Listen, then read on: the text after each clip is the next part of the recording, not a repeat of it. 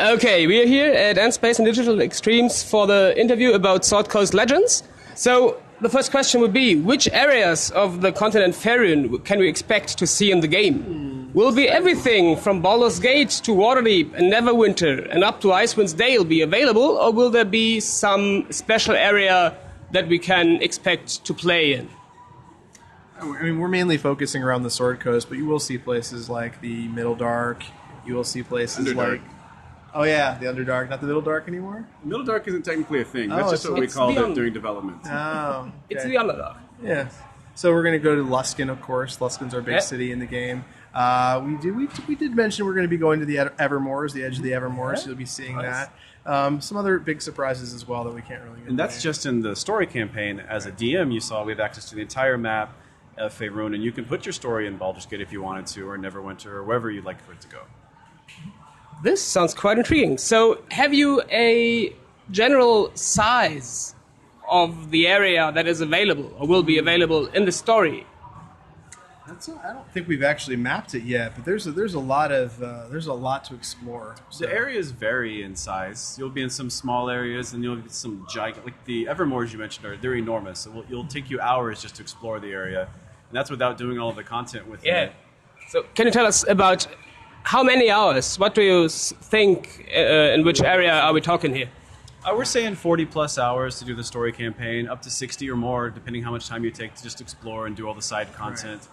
We do feature the city of Luskan. Will be the first Dungeons & Dragons game that really features Luskan as a central location.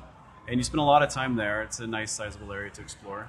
Go, yeah, in various places inside Luskan as well, into the sewers and various other hidden locations inside Luskan. So. Jay, do you have a favorite area you like to write for? I like anything where Ishkin is. So that's the Underdark places. Ishkin is a crazy person, and he's a lot of fun to write. So anywhere where he can be. He's a Darrow. He's a Darrow, which I don't think has ever been a character in a game in a D&D RPG before. Just a crazy little Underdark sort of dwarf halfling. He's hilarious. He's psychotic. You'll get to know him. I get to know him for sure. Looking forward to that.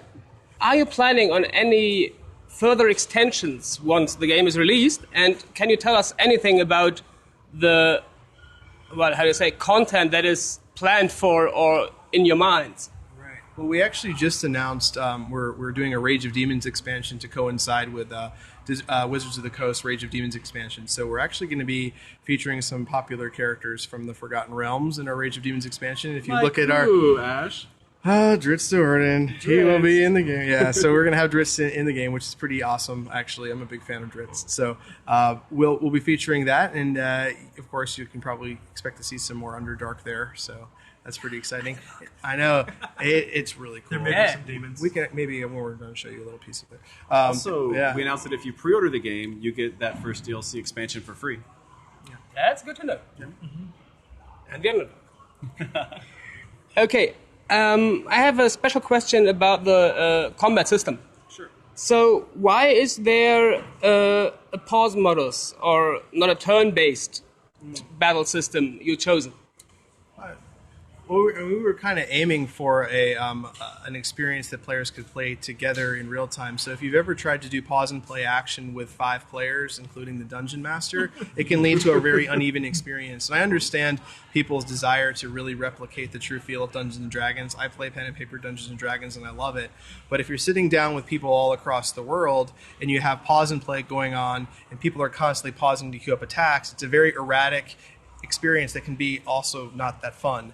So what we decided to do is have pause and play for one player, or when you're playing by yourself, single player mode, and then of course when you're playing with others, we force you to kind of communicate with one another and queue up your attacks that way and strategize. So we're hoping that people play that way. Anything else? Some of our favorite classic RPGs, emulated this as well, from Baldur's Gate to Dragon Age Origins. Some guys like to have real-time combat, others like to pause and plan ahead. So if I get this correctly, this is basically an idea of balancing the game for the maximum enjoyment of all the players. Absolutely. That's really what we're aiming for. We want the game to be accurate, but we also want the game to be very fun. So, that we want to maximize the fun, so that's why we did it. And when you play on the harder difficulty levels, you're going to want to pause the game so that you can plan your attacks precisely, right? Yeah.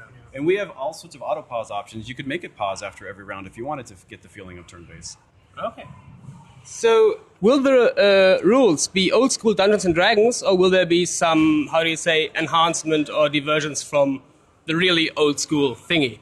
Well, we are basing the game on 5th edition Dungeons and Dragons, and so we've been saying it all weekend, but we had access to the 5th edition rules really before anybody else. So we learned the 5th edition rules and modified them for our own system. So we tweaked them out to be not turn-based, but to be a little bit more fast-paced.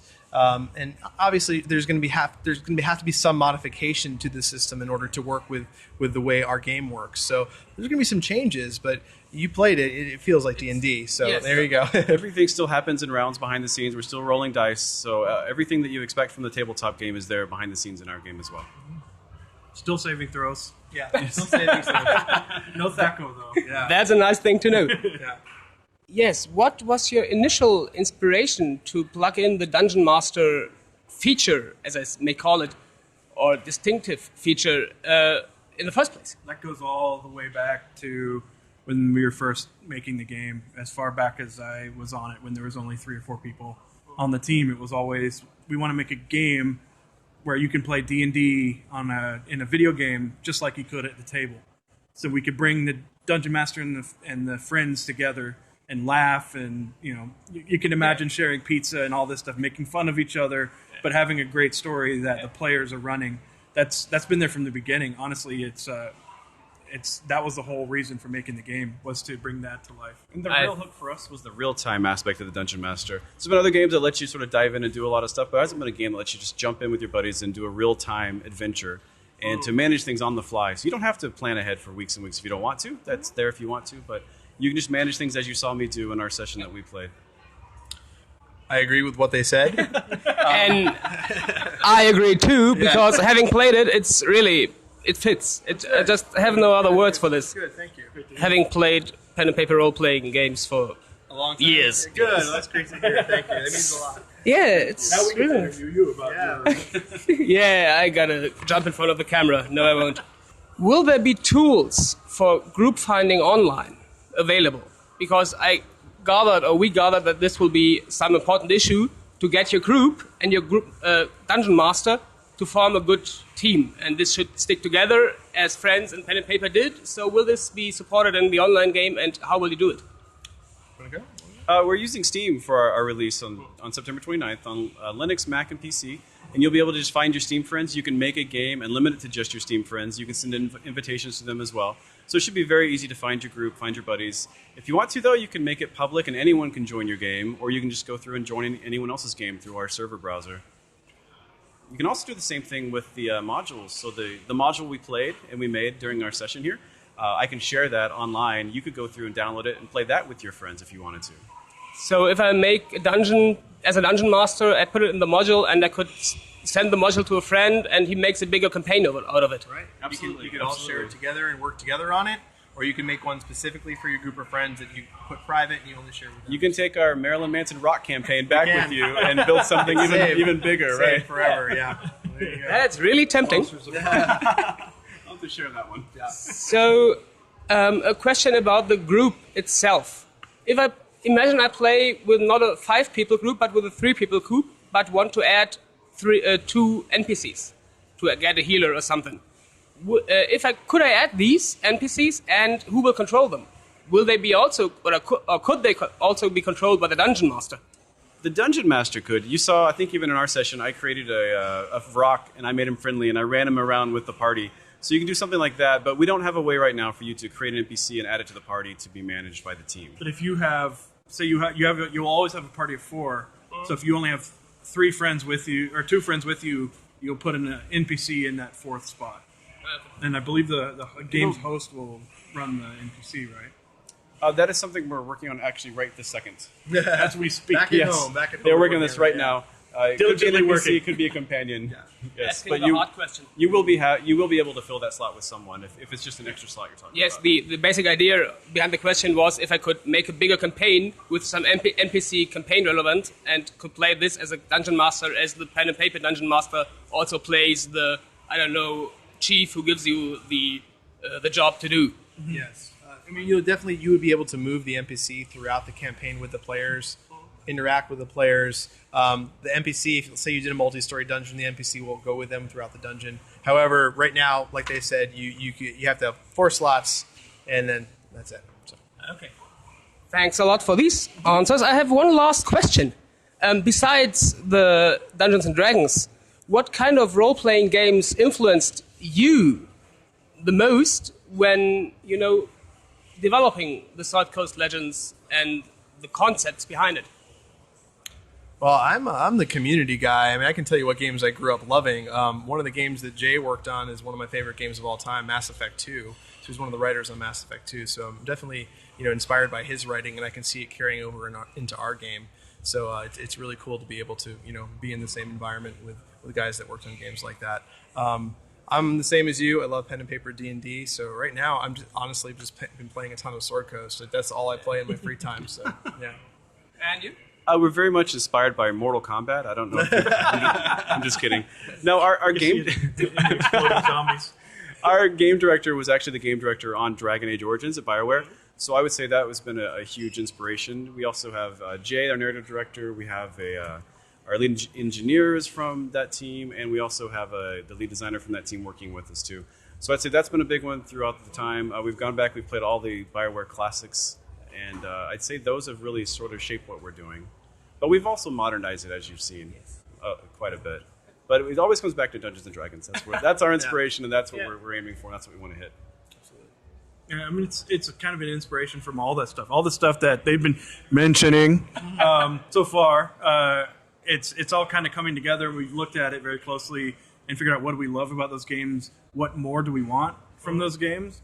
Neverwinter Nights had Dungeon Master Mode. What did we like and what didn't we like about that? There's other games like, was it Dungeon Land? We looked at Dungeon Land. We looked at Dungeon Land. We played Crawl. We played Crawl. Anything that had a 4 with 1 or 4 versus 1, we've been playing. Yeah, so we looked at all those games, but really it's just kind of the lineage of RPGs from Baldur's Gate all the way up through Dragon Age Origins. The way the story is written, it's a little bit influenced by something like a Mass Effect 2, which is a little bit less talky and a little bit more direct. We're inspired by everything. Everybody at N-SPACE is a gamer. Everybody's played every game, and we have a tabletop game at work that we've been playing, where our lead engineer is the dungeon master, and he kills everybody all the time. He's very, very cruel. I wish we had a Rate Your DM feature at work.